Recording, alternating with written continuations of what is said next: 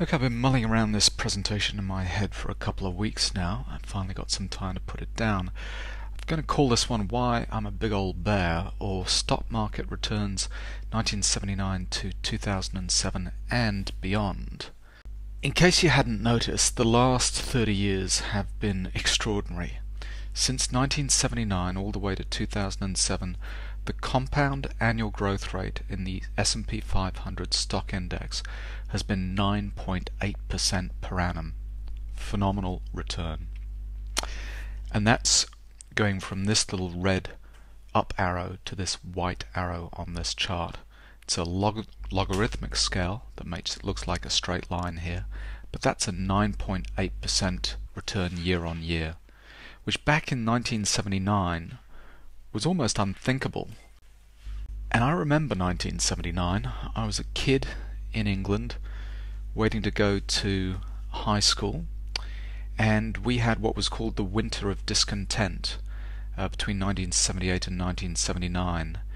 And Margaret Thatcher came to power. She chose to have it out with the mining union against a guy called Arthur Scargill, and it felt like the end of the world. And I remember doing my homework by candlelight because, we had rolling electricity stoppages, we had garbage not being collected in the streets, and it felt pretty bad. But, in the meantime, in the next 30 years, we've had just an extraordinary explosion in the stock market and wealth and quality of life in general. So the question is, how did we manage this? The first thing is, if we look at kind of earnings growth for a typical kind of corporate in the US, let's say a Coca-Cola or a McDonald's or someone like that, they've been lucky to have in the US about a 1.1% per annum population growth. Now, if you're just selling hamburgers or selling Coke, your earnings go up year on year just because there are more people choosing to buy your product in your country. So that's kind of in your favor. The next thing that we've had is, you might almost call this a once-in-a-lifetime IT revolution. 1979, no personal computers, microprocessor chips were around, but they are now ubiquitous. We have them everywhere and in everything.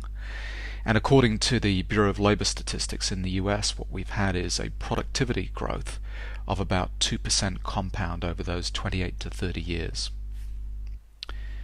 Then on top of that, we've also had about a 3.9% on average growth rate in inflation year on year. Now obviously in the later years that's kind of come down, but in the early years it was higher than that. And so that's allowed this kind of increase in earnings through pricing power effectively of the corporates. That they've been able to increase their prices to the consumer. They've had to pay higher wage rates and so on, but they've benefited from that pricing power. And also, the Fed has manipulated the money supply, that it goes down in terms of real purchasing power over time, but if we do this at a small rate year by year, the consumer just doesn't notice. And so over that time period, 3.9% has kind of contributed to the earnings growth of those corporates. And then this is an interesting chart. This is tax rates going back to 1913. You probably can't see this on this recording, all the way up to 2009 here. I've shown you three different tax rates. First of all, the top line is the top marginal tax rate for individuals, and you can see here that we kind of have gone through a couple of cycles here, but latterly, since the middle of the century, tax rates have been moving down. The black line at the bottom is the bottom tax rate for individuals, and then in the middle what I've plotted is the corporate top tax rate. And what's interesting, when you look at the chart from the 60s and 70s, these have been all coming down. Now corporate taxes have been cut effectively by 11% since 1979, and because earnings are after-tax earnings, and that's what valuations in the stock market are based on, that 11% decrease in the corporate tax rate over that time period has contributed to about a 0.6% year-on-year increase in after-tax earnings on those corporates. In addition, we've had interest rates that have halved here, and I've shown you on this chart we've gone through again a kind of a seminal change in interest rates. Between 1979 and 2007, interest rates have halved. This is the 30-year bond contract yield, which has reduced from about 9% to 4.5% over that time period. And it's difficult to imagine it getting any lower. Certainly when you look at this kind of historically, that 3 to 4% band is a historic low in terms of those long-term interest rates. The importance of this interest rate is based on valuation models. So, our analysts that are analyzing stock market valuations typically now use discounted cash flows models, and for those cash streams into the future that they estimate, they discount them back to today using some kind of discount rate, which is typically a long-term interest rate, a 10-year or maybe a 30-year kind of bond rate. The impact of those interest rates coming down means that the cash flow discounted cash flow is valued at a higher rate, and the effect of that, believe it or not, is an extra 2.4% per annum compound growth in the valuation of those earnings. So what does that get us? In total, when you total up all of these component pieces, it gives us a 10% compound increase. We've got population growth on our side. We've also increased our earnings because our costs have gone down. We've increased our earnings because our prices have gone up. We've had tax rates come down, so our after-tax earnings have gone up. And then the notional valuation of those earnings has increased because interest rates have come down. And when you total all of that up, it comes to 10.8%. And lo and behold, that's just incredibly close to this 9.8% compound annual growth rate over 28 years in the S&P 500 index. So now the question becomes, what about the next 30 years? This column here just shows you this 10% with all the components between 1979 and 2007. And let's look forward from 2007 onwards and see what's likely to happen in the US or developed economies. First of all, the forecast population growth for the US is about 0.6%, so it's going to halve. And that's actually looking pretty rosy compared to a lot of countries. So for example, Europe is closer to 0. Japan is actually going to be negative for the next 20 or 30 years. In terms of cost reductions, we've had this once in a lifetime kind of benefit from the IT revolution. What else is kind of around the corner? I mean, there are potentially some things out there, but it's not visible at the moment in terms of the cost reductions and the productivity improvements that we're going to see going forward. So, could we be as bullish just to add 2% to those valuations kind of year on year? I think not, and I've kind of said I think it's probably going to be half that. Then in terms of pricing power and inflation, we've had 3.9% going forward. I mean, who knows?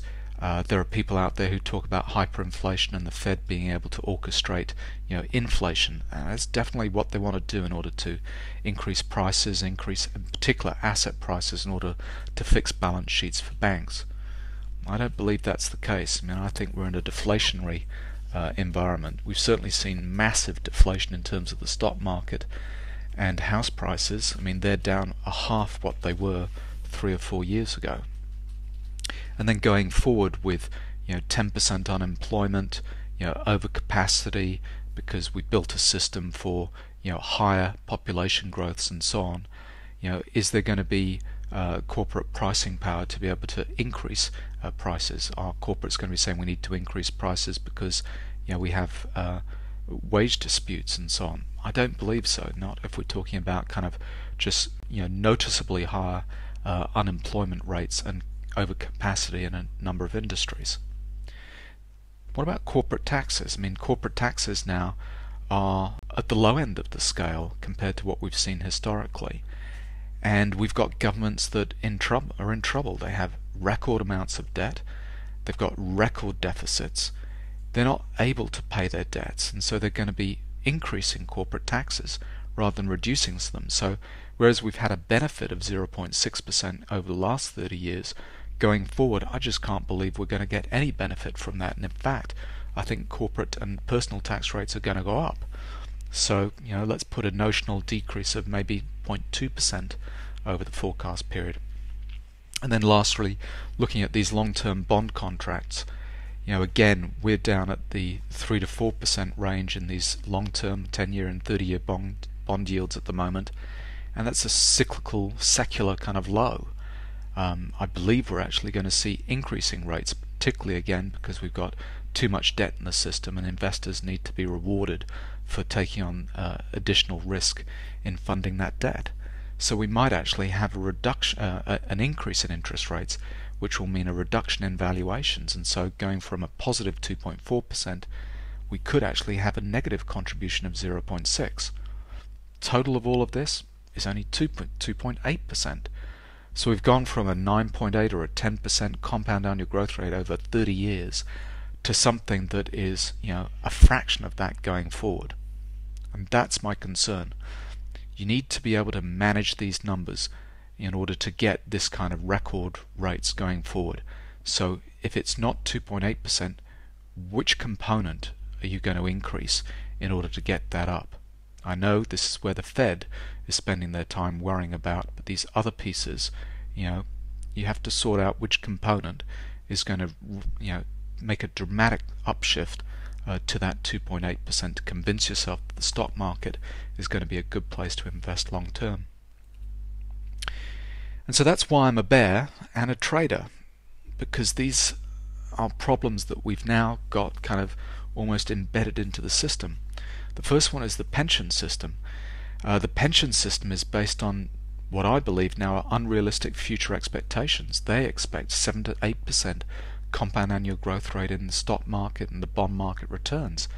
I can't see that from the components that I've seen. We also have a huge problem in unfunded pensions. And lastly, the public sector is paid out of current taxes, and the tax take is going down because the economy is going down. And so the tax returns are a problem. We've got corporate profitability that's going to be down. We've got capital gains that are going to be down because the stock market and the housing market is down. And lastly, all the transactional taxes, the stamp duties on rolling over houses, on taking profits on equity markets and so on, are going to be down. So the government has a huge problem in terms of the total tax return. And then lastly, we've now saddled ourselves with record amounts of private, corporate and public debt, and that's stuck on the balance sheets, and we've got to get rid of it. We have to have the earnings to pay down that debt, or some kind of massive default, restructuring and so on. So all of a sudden we've gone from a situation where we had almost a golden era in terms of changes to the economy, from those 1979 winter of discontent, doing my homework by candlelight situations, to a very different situation 30 years later.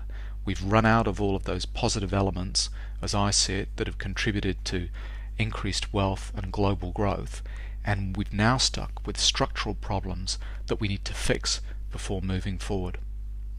So there we go. I hope you enjoyed that, and I hope you're enjoying your weekend.